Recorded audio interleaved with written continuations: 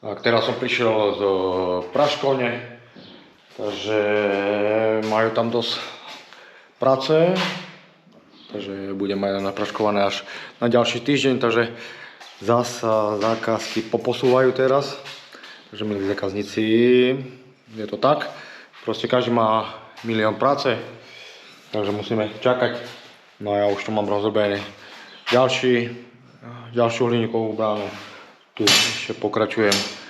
To mi jednoducho zabrali, niečo mám vonku. Ďalšie veci tu sú. Takže budem, tu už mám to jednoduché zabradle.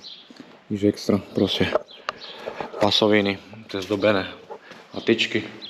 No, takže ja sa vrhám do ďalšej roboty. Určite sa mi to tu nakopí a zás kým nastrikajú a zás na výmenu to budem robiť, takže to niečo potrvá.